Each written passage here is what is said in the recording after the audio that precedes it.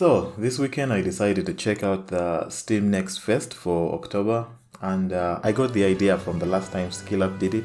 It looked like something that's fun to do, so I thought I would try it out myself. I put aside 13 hours and played through 13 different games, and during that time I came up with I had a lot of different experiences. I've decided to focus my video on those that caught my eye in a positive way and just leave all the negative reactions to anything that I did personally like. So the rest of this video I'll basically just highlight games that I personally thought were interesting highlights. I only stuck to RPGs generally, and I didn't explore, for example, like sports games or anything of that sort. I specifically targeted things I thought might be interesting to myself.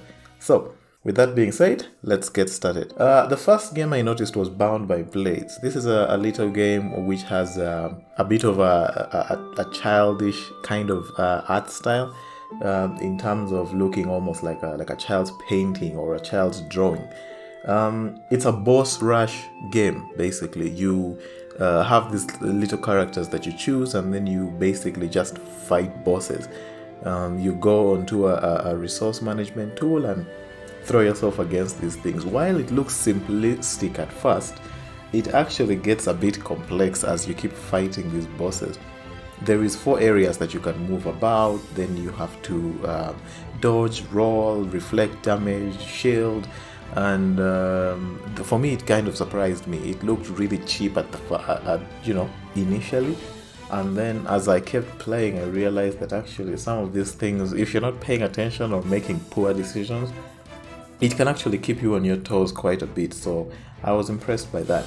Other than that, the music was really nice. It was very calming when you're in the outer areas, and then the exploration, like city areas, and then it gets kind of hype when you're fighting bosses. It's not the greatest thing I've ever seen. I don't think it's going to revolutionize anything, but it was definitely a good showing. Bravery and Greed is a roguelite, fast-paced action game, another hack and slash. I personally found this one very interesting because of how fast it is. In fact, I think it's almost too fast for me to play, but I did enjoy the little time that I spent with it. It's one of these which has random upgrades available with every dungeon that you go through, like many of the roguelites do these days. It is very much built on speed and reaction time. If you kind of slow down, it's one of those where you can easily get deleted, and it's best that you just keep on the move. And in terms of a negative, I felt like aerial enemies in the game were a bit difficult to manage. It could just be that I'm not good at the game, but that was something that I noted. The music, as usual, is good. Almost every entry in this list will be a game where the music is good. It carries a lot of weight for me. So that's another one that I thought I'd highlight. There was Gunbrella. It's a western. You play a character with a gun that has an umbrella in it. It's more of a Metroidvania, reaction-based type 2D game. You kind of run around solving puzzles, shooting enemies, and trying to progress the story forward. What surprised me about this one is how well it's written, how closely they decided to stick to the Western theme. The game is brownish in its design, which I originally thought looked ugly, until I actually moved through the game quite a bit and saw that there is actually a commitment to the theme here. And it's in everything. It's in the dialogue, it's in the enemies, it's in the side quests. It's actually quite charming, to be honest. Next up was the Vampire Survivors clones. I tried out a number of these, and the ones that stood out to me were Might and Mayhem and Nordic Ashes, Survivors of Ragnarok. Might and Mayhem has a very detailed design compared to most compared to most Vampire Survivors type games. The characters have lots of detail to them, and the music, as usual, is fun. Although I felt there was an issue with hitboxes. I don't know, again, this could just be because I'm not good at the game, but I felt like the hitboxes within the game were not as tight as they could be. That was my biggest notice on that one. It has global stats that you can see and they update in real time. I thought that was something cool that could definitely grow the community and foster cooperation. Then you have Nordic Ashes, which is more, it has that cartoonish style going for it. And it surprised me in the sense that unlike many of these other games, the abilities and upgrades you get are not randomly provided to you as you play. Every one of the characters has their abilities available, like they're predetermined for the characters, and then you have like a Skyrim like constellation upgrade thing that you pull up during the game, and then you can upgrade those specific abilities. But it seems to try to reduce the randomness within these matches. As usual for both of them, I like the music. The art style was appealing to me, and it looks like both of them will be very good chill games. Are they as good as Vampire Survivors itself? I personally don't think so, but they were definitely interesting to look at.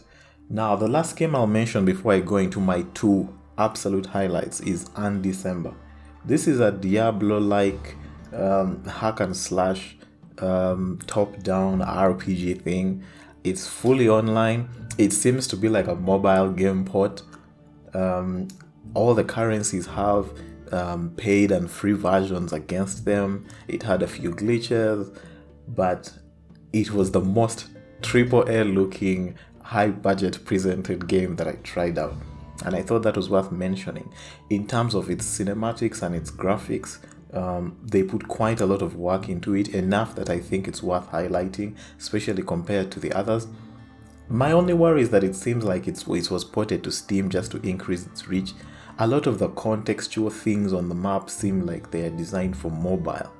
And so, if you're the kind of person that would play this all the way to endgame, that is something that you probably have to deal with at that point. I don't think I would continue with this one. It's not my type of thing. But I was impressed enough by the cinematics, the graphics, and the story that I thought it was also worth pointing out. My absolute highlights were Evil Wizard. This was a tongue-in-cheek action hack and slash game about an evil wizard seeking revenge against heroes that have taken over its castle. I personally felt like the game was really funny. The environmental abilities were great. Definitely the presentation, the humor, the boss fights, and this particular character's fourth wall breaking stuff was the highlight for this game. Also, the gameplay itself is really good. The environmental puzzles were a lot of fun, and I felt like this will be a standout. I'm looking forward to see if other people feel the same way that I do. And then finally, my final absolute highlight for the festival was The Pale Beyond. This is a game that's built by Bellula's team, and I was a bit curious if it lives up to, when you criticize other people, can you do it better? And I think the answer here is yes. It's a simulation game where you find yourself stranded out on this in this frozen wasteland, and you must manage your team and basically keep your crew alive. What I like the most is the characters, the music, the story especially.